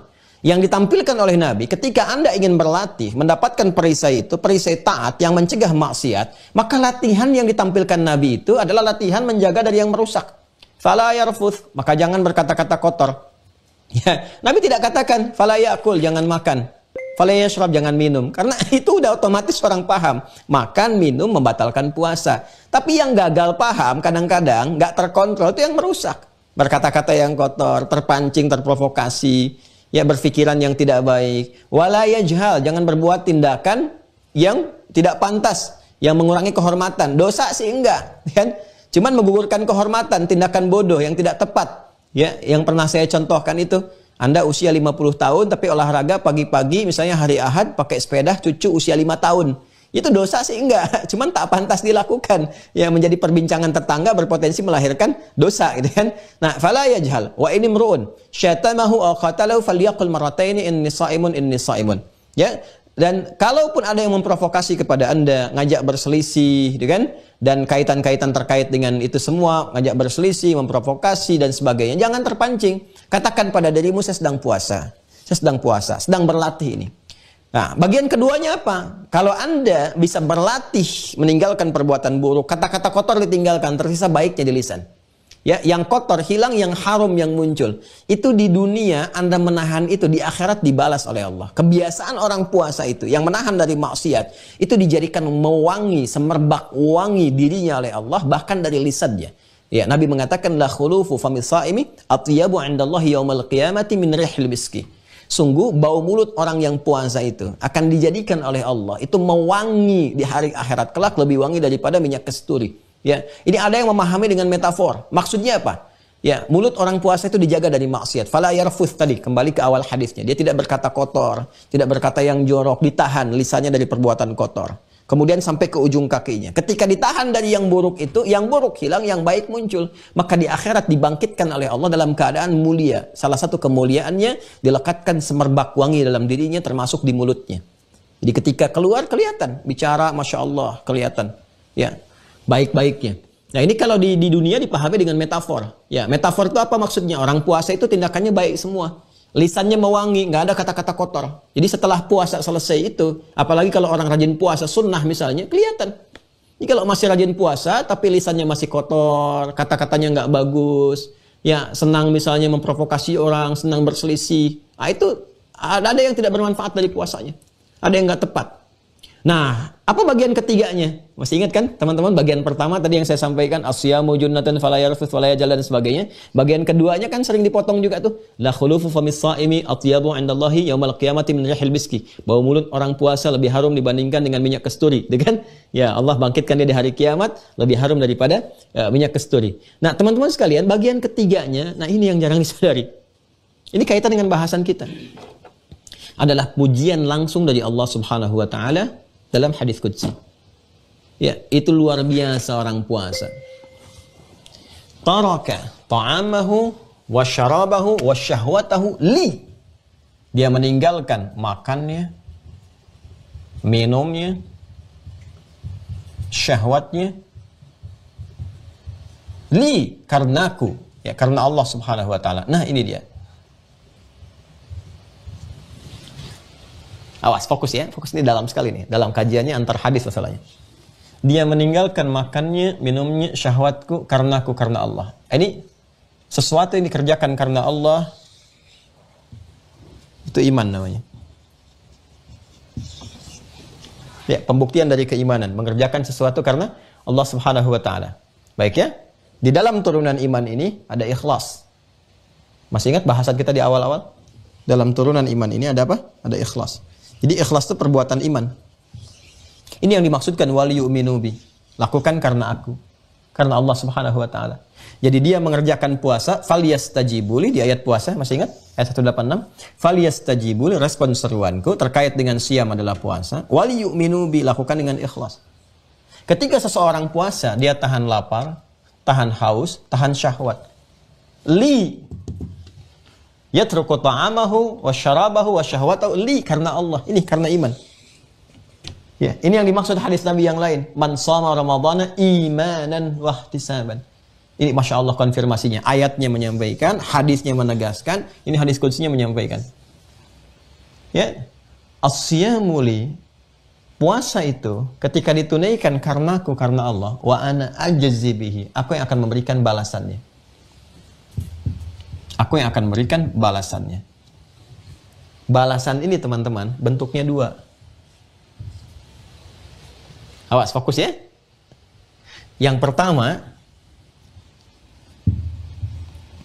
bonus yang Allah berikan saat di dunia. Yang kedua, berupa pemberian real langsung dari ibadah puasanya itu saat di akhirat. Berupa pahala itu. Baik berupa ajrun, ya, poin-poin kebaikan yang terkumpul banyak, atau yang kedua ringannya hisab, bahkan dibangkitkan dalam keadaan semerbak mewangi. Yang ketiga nanti saat masuk surganya langsung dibukakan satu pintu yang spesifik sesuai dengan kebiasaan puasanya, itu Ar-Rayyan. Jadi Masya Allah, di dunia dikasih, di alam kubur dijaga, dibangkitkan semerbak mewangi, di akhirat masuk surga dibukakan pintu khusus namanya Ar-Rayyan. Ini kenapa? Kata Allah, dia mengerjakan semuanya karena aku. Saat orang lain makan, dia tidak makan. Saat orang lain minum, dia nggak minum. Saat orang lain berkhalwat dengan syahwat, dia tahan itu. Dan dia kerjakan karena aku, kata Allah. Masya Allah. Ini ilustrasi sederhana ya. Walaysa kamitslihi syai', nggak ada yang serupa dengan apa yang Allah sampaikan. Ya, bagaimana jika ada, misalnya, seorang asisten rumah tangga misalnya, asisten rumah tangga, mengerjakan aktivitas pekerjaan, ya, lalu dia bangun dari mulai pagi itu, bahkan sebelum subuh dia kerjakan terus sampai baik. Bahkan Anda batasi, sudah kamu jam kerjanya dimulai dari subuh jam 5 sampai maghrib aja, setelah itu kamu istirahat. Ya, dia masih coba kerjakan rapiin sampai ke isya, sampai pastikan betul, sampai nenangin anak Anda ditidurin dan sebagainya. Itu kan? Dan ketika dilakukan, kamu kenapa begitu? Saya ingin maksimalkan bekerja untuk Bapak, saya ingin maksimalkan bekerja untuk Ibu dan sebagainya. Ya, bagaimana keadaan Anda pada saat itu? Pertama, Anda bukan hanya senang, tapi ada rasa haru, ingin memberikan perhatian dan sebagainya. Luar biasa. Dan Allah lebih daripada itu, karena Allah Khaliq, Allah Rahim, Allah Rahman. Dan apa yang terjadi? Ketika merasa bahagia itu, bukankah Anda ada keinginan untuk memberi sesuatu? Dan Allah lebih daripada itu. Wa ana ajzi bihi. Orang-orang yang menunaikan puasa karena aku, kata Allah, aku yang langsung memberikan turunan-turunan pahalanya. Aku yang memberikan balasannya. Dan dengan balasan ini, dia akan berbahagia. Masih ingat hadisnya? Ya? Ada dua hal yang sangat membahagiakan bagi orang yang berpuasa. Lis-shaimi farhatani. Ada dua hal yang sangat membahagiakan bagi orang yang berpuasa itu. Farhatun, kebahagiaan pertama saat dia berbuka, ini buka. Berbuka di mana? Bukan di akhirat, di dunia kan? Ya kan? Satu, saat dia berbuka. Dan kebahagiaan kedua saat dia membawa pahalanya kala berjumpa dengan Rabbnya, dengan Allah Subhanahu wa taala di akhirat. Pertanyaan pertamanya, kebahagiaan di dunia itu saat berbuka itu apa? Tafsir terbaiknya ini, saat Allah berpeluang mengabulkan semua permohonan-permohonan yang dia butuhkan untuk kehidupan dunianya. Ini ternyata puncak dari semua ini, tadi kembali kata Al-Imam An-Nawawi, puncaknya itu ini. Dari mulai dia berpuasa, dipuji oleh Allah, dia tinggalkan makannya, minumnya, syahwatnya, karena aku. Wa ana ajzi, aku akan memberikan balasan untuknya. Balasan muqaddimahnya, pemberian dunia, bonusnya ini. Ya, apa bonusnya? Kamu mau minta apa? Aku berikan. Kau minta apa? Aku berikan. Dan puncaknya saat buka ini. Saat berbuka. Ya. Ini dari mulai dia puasa dan puncaknya pada saat berbuka. Makanya disebut di hadis lain, hadisnya sahih. Ini harusnya bahagia, gembira tuh. Ya. Makanya saking gembiranya orang berbuka itu, teman-teman sekalian, Masya Allah, yang tadinya udah nyiapin menu tuh. Ada jus ini, jus itu, makanan ini, itu. Baru dengar adzan, kayaknya udah hilang tuh. Sebagian dari laparnya. Tenggorokannya kayak udah merasa basah aja. Ya, kayak udah merasa basah. Ya kan? Apa yang terjadi? Minum teh manis sedikit. Kayaknya udah kenyang lagi tuh. Saking gembiranya. Allahu Akbar, Allahu Akbar. Dhahabal dhama. Wabtalatil uruqu. Wa thabatal ajru insyaallah. Thabatal ajru insyaallah. Dhahabal dhama'u. Wabtalatil uruq. Hilang haus nih. Akan basah tenggorokan, dan tetapnya janji Allah Subhanahu wa taala, wa tsabatal ajru, ya, wa tsabatal ajru, dan tetapnya janji Allah Subhanahu wa taala untuk membalas. Apa itu yang tetap untuk membalas? Akhirat jelas dicatatkan dengan izin Allah Subhanahu wa taala sesuai dengan keikhlasan ini. Yang kedua apa? Ini doa mau dikabulin nih. Saya harus minta apa sekarang? Itu pengantarnya. Jadi dhahabal dhama itu pengantarnya. Ya, setelah itu duduk sejenak, minum, batalin dulu, berdoa dulu. Karena ini puncaknya. Ini yang sering kadang-kadang luput tuh. Kejar teh manis, langsung pergi sholat. Batalin dulu. Nanti makannya habis maghrib. Batalin dulu, makannya habis sholat. Iya, tapi doa dulu. Jangan cuma batalin langsung berangkat. Tidak, isi dulu. Kalau doa yang dhahabal dhama, Allahumma lakas sumtu, itu pembuka. Ya, makanya di Allahumma lakas sumtu itu ditegaskan lagi imannya. Allahumma lakas sumtu. Tegaskan lagi. Ya Allah, engkau mengatakan puasa untukku, maka aku katakan aku berpuasa untukmu ya Allah. Allahumma laka sumtu. Ya Allah, aku telah puasa. Nah, aku kerjakan puasa ini hanya untukmu, dan engkau tahu kedalaman hatiku. Wa bika amantu. Dan aku kerjakan itu karena iman kepadamu. Itu dalam sekali itu hadisnya, doanya. Aku kerjakan puasa ini karena iman kepadamu. Karena engkau katakan wal yu'minu bi. Ya kan? Baru kemudian kita minta sama Allah, ya Allah, sampai dengan hari ini, engkau maha tahu keadaanku. Aku terus meningkatkan ibadah kepadamu. Ya Allah, engkau pemberi rizki yang sangat luas. Engkau tidak punya batas. Dan engkau maha mengetahui ya Allah keadaan hamba pada saat ini. Hamba mohon kepadamu ya Allah, lapangkan rizkiku. Ya Allah, mudahkan pekerjaan suamiku. Ya Allah, lancarkan aliran rizki untuk anak-anakku yang sedang sekolah. Aku ingin ada penerus yang ke depan bisa meneruskan perjuangan kebaikan. Aku ingin mereka menjadi saleh. Cukupkan mereka ya Allah, kebutuhan mereka selama mereka belajar di madrasah itu, selama mereka menghafal Quran. Ya Allah, kami bertobat. Aku menyadari sampai dengan saat ini masih banyak dosa. Sekiranya sampai kepada ajalku, wafatkan dalam keadaan husnul khatimah. Ini puncaknya teman-teman. Saat puasa itu, minta. Ini puncaknya. Saya berikan ilustrasi kembali ke asisten tadi teman-teman yang saya tuliskan ini. Ya. Ada yang bekerja Anda batasi dari pagi, subuh lah, sampai dengan ke maghrib. Dia maksimalkan betul. Anda bilang, kamu udah di daerah rumah aja. Dia sampai keluar rumah. Dia pel, dia lapin, dia pastiin. Dia siapin makan untuk anak-anak Anda. Dia pastikan baik dan sebagainya. Tiba-tiba dia datang kepada Anda mengatakan, Bu, mohon maaf. Sebetulnya malu untuk bilang. Tapi terpaksa saya sampaikan. Anak saya besok mau ujian, Bu. Ya, belum bayar. Ada SPP yang belum lunas, dia terancam gak bisa ikut ujian. Ya, mohon kalau ibu berkenan, mau pinjam 1 juta saja dulu, nanti potong gaji saya misalnya secara dicicil. Saya mau tanya pada Anda, kalimat ini ketika muncul, dan Anda punya kemampuan untuk itu, apa yang Anda lakukan? Anda bisa katakan, udah gak usah minjem. Ya. Berapa sampai SPP selesai dia?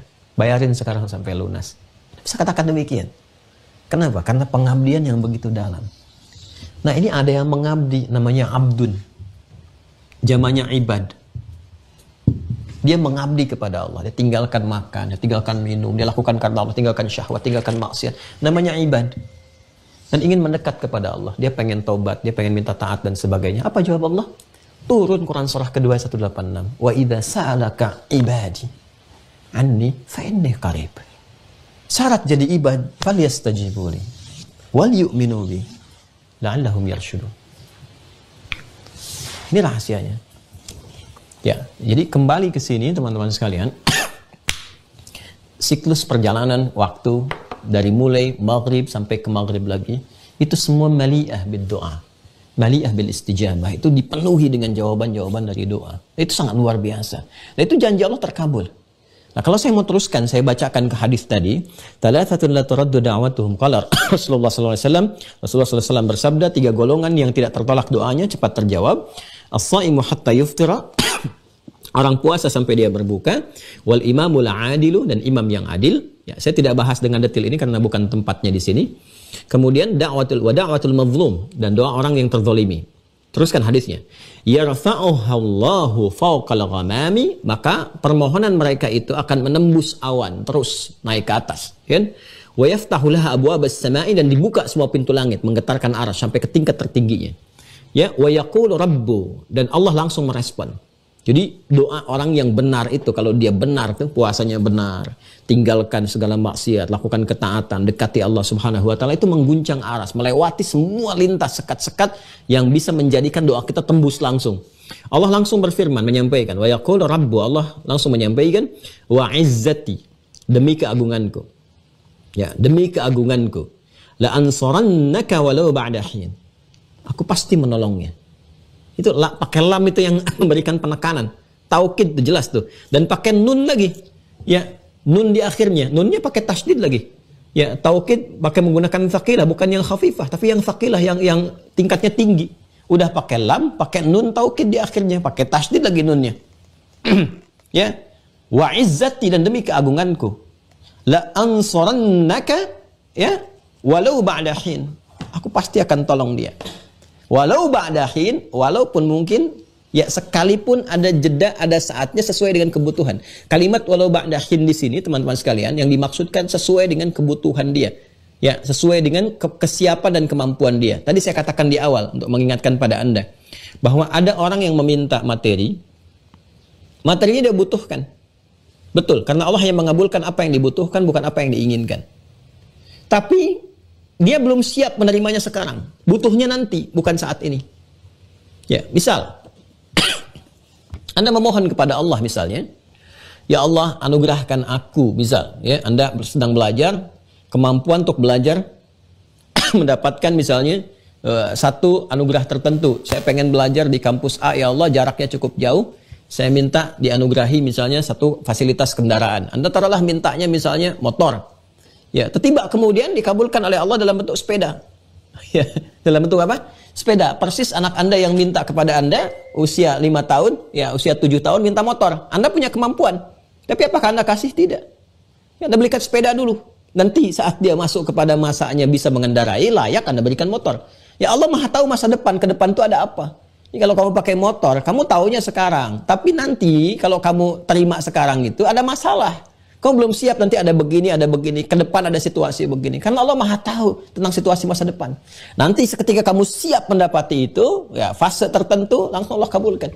Boleh jadi nanti ada hadiah pada dia, boleh jadi ada lewat orang lain memberi dan sebagainya. Allah yang gerakkan sesuai dengan batas dia mampu menerima itu. Awal-awal diberikan. Ya. Saya Masya Allah dalam berdakwah itu teman-teman, gak pernah minta apa-apa. Hanya minta kemudahan aja. Ya, apa yang Allah berikan pertama kali? Ya, pertama kali ya mengenal wilayah, lingkungan, ya bersahabat dengan yang mengantar, dengan taksi A, taksi B, kemana-mana berangkat itu. Ya, kadang pakai kendaraan kecil, kadang pakai ini, pakai itu, kadang sahabatan dengan taksi mobil tertentu, sampai nungguin, sampai ikut belajar, sampai pulang. Ketika sudah kenal wilayah-wilayah, apa yang Allah berikan? Ya, itu nggak pernah minta saya sama si fulan, karena kita punya Allah kan. Dan saya pun nggak pernah minta kendaraan, nggak pernah minta apa-apa. Apa yang terjadi? Tiba-tiba muncul SMS, WA. Ya Ustadz, kalau ngajar kemana? Ya, saya bilang Anda sudah tahu saya ngajar di mana. Saya kesini. Pakai apa? Gitu kan? Ya kalau dekat jalan kaki, kalau menengah pakai angkot, kalau jauh pakai taksi. Saya bilang kan kita ingin titip dakwah. Ada yang kasih motor kemudian. Saya bilang tunggu dulu ya. Saya mau lihat saya itu butuh nggak? Saya butuh nggak? Akhirnya apa yang terjadi? Saya tanya sih saya. Saya bilang saya butuh motor nggak? Saya mau berdoa dulu. Saya mau apa? Bermunajat, berkahnya ada nggak? Tahu nggak saya butuh? Kalau nggak butuh saya nggak mau. Apa yang terjadi teman-teman? Jadi ketika saya lihat, oh ini pesantren itu, dulu saya mengasuh pesantren di salah satu tempat di Jakarta, Lebak Bulus. Ini pesantren lagi butuh untuk meninggikan apa tempatnya gitu kan? Ada mau kita naikin gitu. Lalu pas saya mau berangkat ngajar ke satu tempat ya, di Bekasi pada saat itu pengurus DKM-nya menyampaikan, Ustaz, ya. Insya Allah kita akan berjalan. Saya bilang, Pak, berapa ini butuhnya ini? Sisanya ini. Tinggal 5 juta Ustaz pada saat itu. Ya udah bismillah, saya bilang, insya Allah Allah akan kabulkan. Itu pagi saya berangkat. Begitu ngajar ke Bekasi, tiba-tiba Yang nyampaikan itu teman-teman, saya datang lagi, diundang ke rumahnya, terus disampaikan. Bagaimana Ustaz? Saya kira begini, ini pesantren lebih butuh dibandingkan saya butuh. Kan? Jadi, lalu apa yang dijawab? Ini ada titipan Ustaz, disampaikan. Ini jumlahnya 10 juta, 10 juta. Jadi yang 5 juta untuk pesantren katanya. 5 juta terserah Ustaz mau pakai apa. Ya sudah, saya bilang, tabarakallah, jazakallah khair, sudah selesai, saya pulang. Jadi saya berangkat pagi, saya katakan insya Allah Allah berikan. Itu pulang-pulang siang, sore saya sampaikan lagi, Pak sini, ini ada titipan, sudah selesai itu 5 juta untuk pesantren. Jadi begitu dipakaikan, selesai beres itu, apa yang terjadi? Malamnya dapat WA lagi dari tempat yang lain. Ustaz, apakah Ustaz butuh kendaraan? Kan mau titip, sama lagi, motor lagi. Saya bilang sama istri saya, apa memang saya butuh motor? Saya bilang tunggu sampai Jumat ya. Kalau Jumat ini misalnya memang kecenderungan ke situ, saya kasih tahu. Begitu Jumat kemudian dapat, teman-teman sekalian, apa yang terjadi? Jumat, oh ya, rupanya saya melihat memang untuk mempercepat sana sini dan sebagainya. Saya sampaikan, begitu disampaikan, belum berapa jam langsung udah dikirim motornya. Cuman minta KTP apa udah jadi semua tuh. Ininya, tempatnya, macam-macamnya segala rupa udah dikirimkan. Anda tahu? Dari berjalan tuh pakai motor jalannya. Begitu pindah tempat lebih jauh. Ya, dari Ciputat waktu itu pindah ke Bekasi. Dari Bekasi lebih kompleks lagi. Nggak bisa kita sambil nulis, sambil baca, sambil apa pakai motor. Malamnya mimpi. Mimpinya apa? Mimpinya saya sedang bawa mobil. Sedang bawa mobil. Lalu pagi-pagi saya bilang, ya sama yang di rumah, ada yang suka bantu kita juga dan dia bisa bawa mobil, bisa kendarai, bukan bawa mobil kan berat ya, dia bisa kendarai mobil. Saya bilang sama beliau, besok subuh ikut saya, tapi kamu jangan banyak tanya. Maka kita berangkat subuh ngisi satu masjid. Jadi begitu sampai berangkat pakai motor, dah simpan, lalu pulang selesai ta'lim hari Ahad waktu itu, ada salah seorang jamaah, Ustaz, mohon izin bisa ke rumah dulu katanya. Oh baik, silahkan, bismillah, nyampe ke rumah. Begitu ke rumah kita sedang minum, lalu beliau bilang, Ustaz, itu di depan mobilnya Ustaz. Oh begitu Pak? Iya. Nah ini surat-suratnya. Memang bukan baru Ustaz, tapi insya Allah bisa dipakai untuk berdakwah. Cuman saya mau tanya, Ustaz bisa bawa mobil enggak? Kalau saya belum bisa Pak, tapi ini bisa. Ini bisa. Jadi beliau yang bawa akhirnya. Ya begitu pulang saya bilang, kamu jangan banyak tanya ya. Ya udah, motor simpan aja di masjid. Jadi kita pulang tuh, aja pakai mobil. Nah mobil itu yang kemudian pesannya juga kata orangnya, Ustaz kalau perlu untuk dakwah atau apa dijual juga boleh. Yang penting Ustaz gunakan. Nah itu yang kemudian ketika orang mulai banyak mau ngaji, mau apa, ya terus butuh tempat, itu yang kemudian saya jual. Nah, saya sewakan rokok, jadilah Quantum Akhyar Institute. Nah, jadi dari situ teman-teman sekalian dipakai, nyewa itu berkah tuh tempat, orang banyak ngaji dan sebagainya. Dan tahukah Anda, begitu itu dipakai untuk dijual, jadikan sewa tempat, ya ada Quantum Akhyar Institute, Allah ganti apa? Saya ketemu dengan adik saya, yang saya ajari dari sejak di pesantren, udah 11 tahun. Ketemu lagi, dia sudah baik, sudah sukses dan sebagainya. Ngaji ikut di situ. Begitu melihat kendaraannya dijual gantikan itu, dia ganti pakai kendaraan baru. Itu yang dipakai. Ya sampai berjalan terus dan sebagainya sampai berpindah sekarang jadi milik kiai lagi. Jadi Allah ganti tuh dari tempatnya yang nyewa. Jadi sekarang ada tempat, ada gedungnya, ada kendaraan dan semuanya, dan semua saya serahkan, semuanya wakaf. Alhamdulillah, selesai. Jadi hidupnya enak. Ya Anda bisa bayangkan, gak harus minta, ya Allah pengen mobil, ya Allah pengen, tidak. Hidupnya mau kemana sih? Mau ngapain gitu? Nanti setelah waktunya tiba Allah berikan. Jadi fikih doa tuh begini, jangan kita bayangkan kalau minta itu belum dijawab saat itu, jangan langsung kita bayangkan Allah nih gak jawab, saya udah kerjakan itu, bukan. Berpikirlah yang jernih. Mungkin saya belum butuh itu. Lalu lihat apa yang Allah berikan. Di interval antara Anda minta dengan dapat sesuatu, coba dapat apa? Itu pengabulannya. Ya, nanti mungkin yang Anda kadang tidak sadar ketika 2 tahun, 3 tahun dapat sesuatu, sebetulnya itu hasil doa Anda yang dulu. Anda siap menerima itu setelah jeda berikutnya.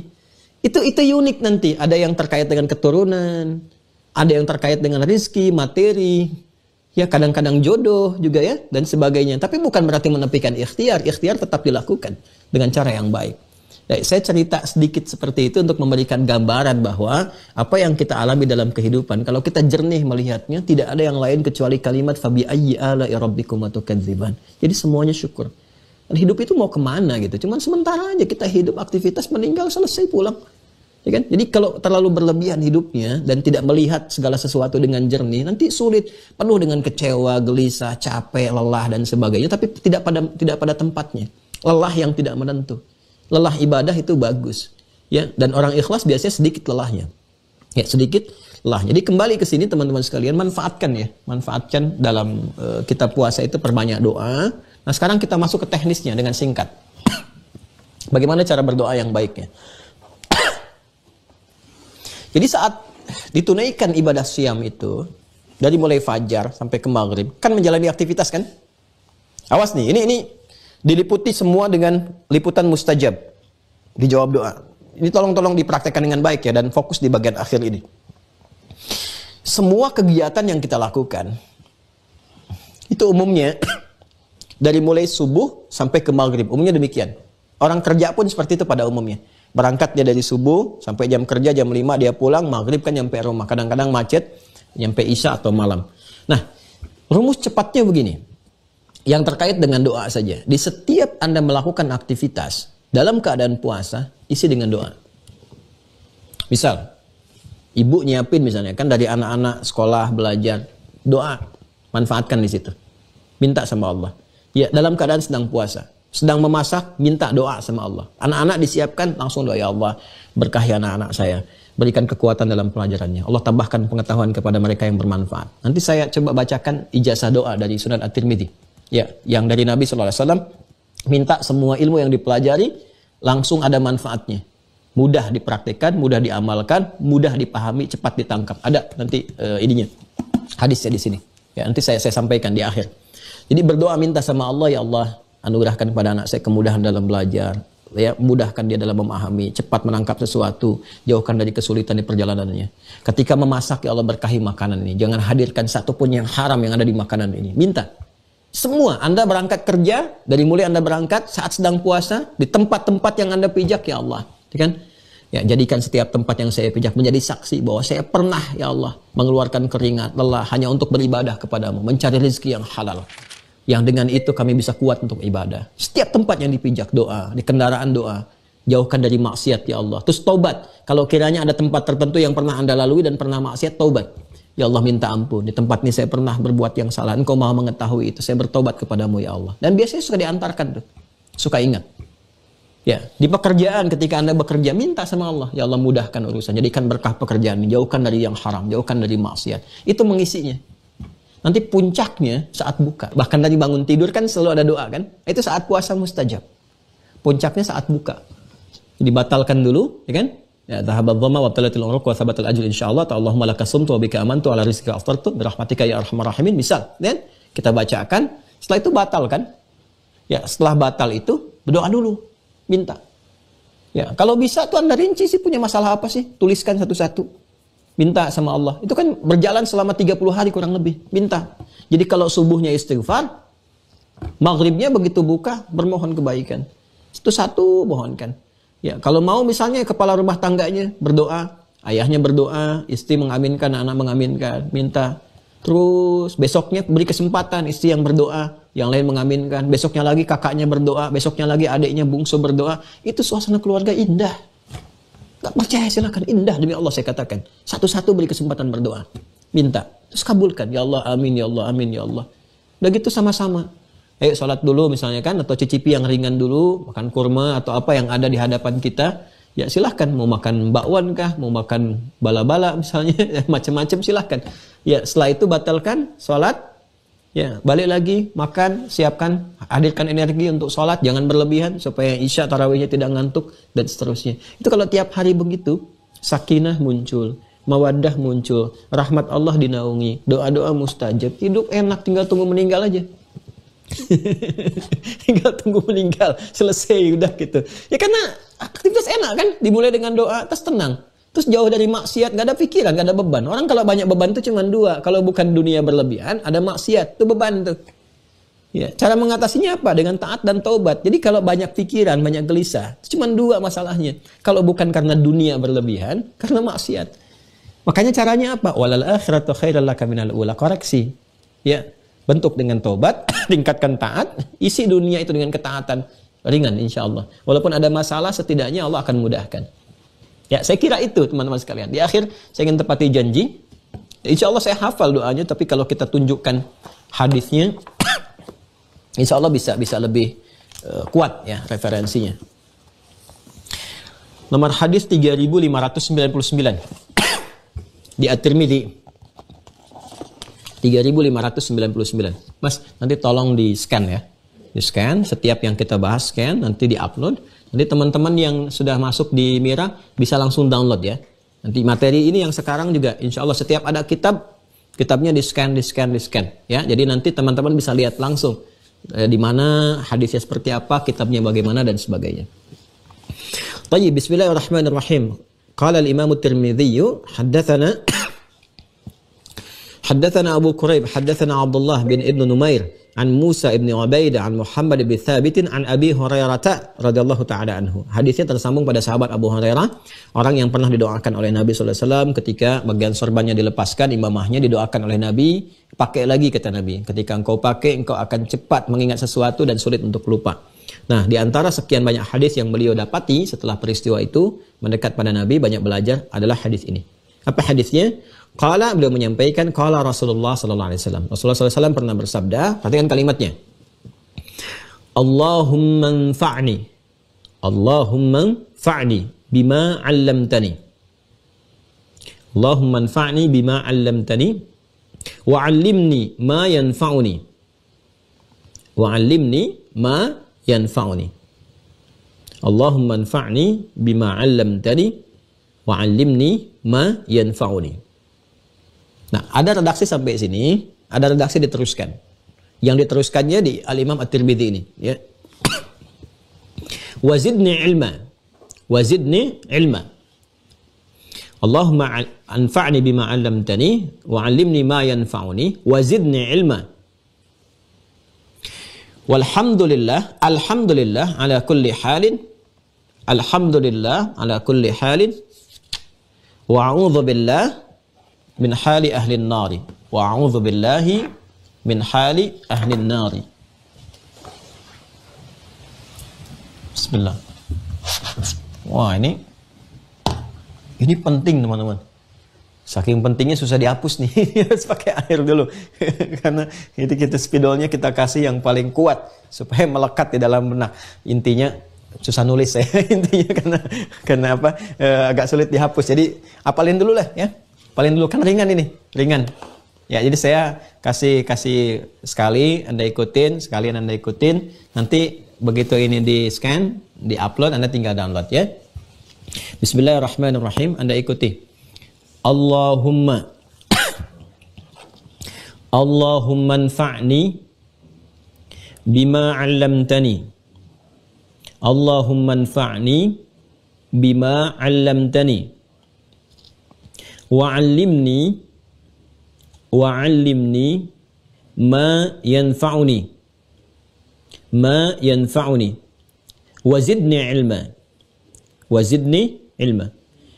Alhamdulillahi ala kulli halin. Alhamdulillahi ala kulli halin. Wa a'udzu billahi min hali ahli nari.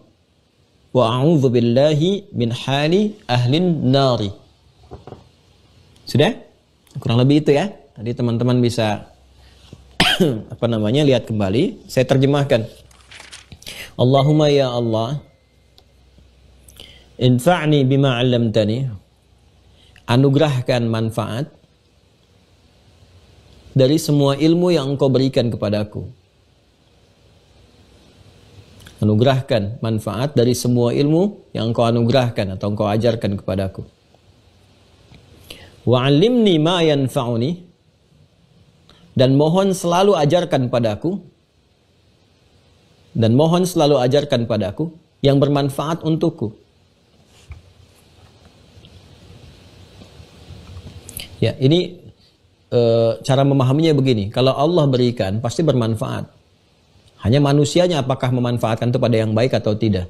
Nah, ini maksudnya, ini ada bahasa yang sangat dalam sekali. Maksudnya begini. Maksudnya, ya Allah, berikan, ajarkan kepadaku yang bermanfaat untukku. Itu dari semuanya. Dari mulai ilmunya, orangnya. Jadi kalau orangnya pun ngajar, ya semuanya yang keluar darinya manfaat. Semuanya itu yang baik-baik. Semuanya ada gunanya, ada faidahnya. Jadi Anda sulit menemukan yang seperti itu. Guru yang dari semua hal yang terkait dengan apa yang diajarkan itu semuanya mengandung manfaat. Dari orangnya, dari tempatnya, dan sebagainya. Ya? Dan nanti itu terbawa dalam kehidupan. Wazidni ilma. Dan selalu tambahkan kepadaku pengetahuan. Dan selalu tambahkan kepadaku pengetahuan. Alhamdulillahi ala kulli halin. Segala puji bagimu ya Allah dalam segala yang kau berikan. Jadi Masya Allah ini sikap tawadhu dengan syukur. Segala puji bagimu ya Allah atas segala yang kau berikan. Wa a'udzu billahi min hali ahli nari. Dan aku berlindung kepadamu ya Allah dari segala keadaan dan perilaku ahli neraka. Dari segala keadaan dan perilaku ahli neraka. Kalimat terakhir, teman-teman sekalian, di hadis ini memberikan kesan kepada kita bahwa kita berharap semua yang bermanfaat, ilmu yang kita dapatkan, yang Allah berikan kepada kita semua itu, melahirkan manfaat yang menjadikan kita bersyukur kepada Allah. Jadi tabiat ahli ilmu yang benar begitu. Ya, makanya nanti ahli syukur itu menghindarkan dari sombong, dari riya, dari perasaan merasa benar sendiri, dari sikap-sikap suka menyalahkan atau suka berselisih, ya, menganggap remeh sesuatu dan sebagainya. Itu kalau orang-orang yang berilmunya baik itu tawadunya itu tinggi. Ya, tawadunya sangat tinggi. Jadi semua diarahkan kepada syukur pada Allah Subhanahu wa taala. Ya, alhamdulillah ala kulli halin. Jadi semua ilmu yang diberikan selain bermanfaat diarahkan kepada syukur. Ya, karena kali itu Nabi Sulaiman ketika diberikan pengetahuan fafahamnahu Sulaiman, ya, maka diberikan pengetahuan melebihi bapaknya Nabi Daud alaihissalam. Lalu dapat kerajaan yang besar, dapat harta. Apa yang beliau katakan? Ya, hadza min fadlillah, semua dari Allah. Ya, untuk menguji saya, asykuru am akfur, apakah aku bersyukur atau enggak. Jadi puncak tertingginya itu syukurnya. Wa qalilun min ibadiyasy syakur, dan Allah menyampaikan dan sedikit dari hambanya yang mampu mengarahkan semua nikmat kepada syukur. Ya, dan kita berlindung kepada Allah dari apa? Dari potensi pengetahuan yang mengantarkan pada karakteristik ahli neraka. Apa di antaranya? Sombong, riya, ya kan? Angkuh dan seterusnya. Nah, jadi saya pun senantiasa menyampaikan kepada teman-teman yang belajar, kalau belajar dengan saya mesti menjaga ya semua adab-adab, semua tujuan-tujuan pembelajaran. Jangan sampai belajar itu hanya mengarahkan pada hal-hal duniawi semata, atau yang kedua menggunakan perangkat-perangkat pengetahuan hanya untuk senang berdebat atau berselisih dengan orang lain. Jauhi yang seperti itu. Perbaiki diri kita. Kalau diperlukan sebagai hujah argumentasi disampaikan dengan cara yang benar, yang baik, yang lembut, yang tidak diniatkan untuk mencederai siapapun. Insya Allah kalau seperti itu Allah akan berikan keberkahan pada ilmu kita dan terbawa sampai kembali menghadap Allah Subhanahu wa taala. Ini yang kita bahas. Jadi kesimpulannya, apa yang kita pelajari di kesempatan pagi kali ini adalah yang pertama, siam puasa khususnya di Ramadan adalah momentum yang sangat dipenuhi dengan istijabahnya doa pada Allah Subhanahu wa taala, ya, doa yang cepat dikabulkan. Karena itu dimanfaatkan setiap waktu Ramadan untuk berdoa. Yang kedua, di antara puncak doa itu dilakukan saat menunaikan puasa dari mulai fajar sampai dengan puncaknya saat berbuka. Yang ketiga, orang yang berpuasa dengan benar berpeluang cepat dikabulkan doanya bila memenuhi dua syarat utama. Yang pertama, dia memenuhi seruan Allah Subhanahu wa taala saat menunaikan puasa. Jadi lakukan puasa dengan benar, tinggalkan maksiat, ya kan? Kemudian jaga hak-hak Allah Subhanahu wa taala saat berpuasa, lakukan yaitu semuanya. Dan yang kedua, lakukan karena iman, ikhlas karena Allah Subhanahu wa taala. Bukan sekedar diperintahkan puasa, bukan sekedar ikut orang lain puasa. Jika benar kita tunaikan karena Allah, menjauhi hal-hal yang dilarang oleh Allah, maka potensi untuk dikabulkan doa akan cepat diberikan oleh Allah. Dan cara Allah mengabulkan adalah sesuai, satu, dengan apa yang kita butuhkan. Yang kedua, sepanjang kita siap menerimanya, apapun itu. Tapi jangan jadikan itu kemudian sebagai penghambat kita untuk bermohon. Minta saja, minta. Karena Allah berjanji, wa qala rabbukum ud'uni astajib lakum. Ya, Allah berfirman, berdoalah kepadaku, minta, niscaya aku akan kabulkan. Baik sekarang, nanti, atau saat engkau siap menerimanya, atau bahkan di akhirat saat itu diberikan untuk menjawab segala apa yang kita mohonkan. Ini yang bisa disampaikan di pertemuan subuh menjelang pagi kali ini. Baik teman-teman sekalian, terima kasih untuk bergabung di hari ini. Semoga Allah memberkahi, memberikan kekuatan kepada kita. Maafkan saya yang sering banyak salah sampai dengan saat ini. Kalau ada yang kurang tepat, mohon dikoreksi dan ditinggalkan saja. Yang baik-baik silakan diambil, diamalkan, dan mohon doa selalu untuk semuanya. Semoga tetap diridhai Allah Subhanahu wa taala. Allahumma taqabbal minna innaka antas sami'ul alim wa tub 'alaina innaka antat tawwabur rahim.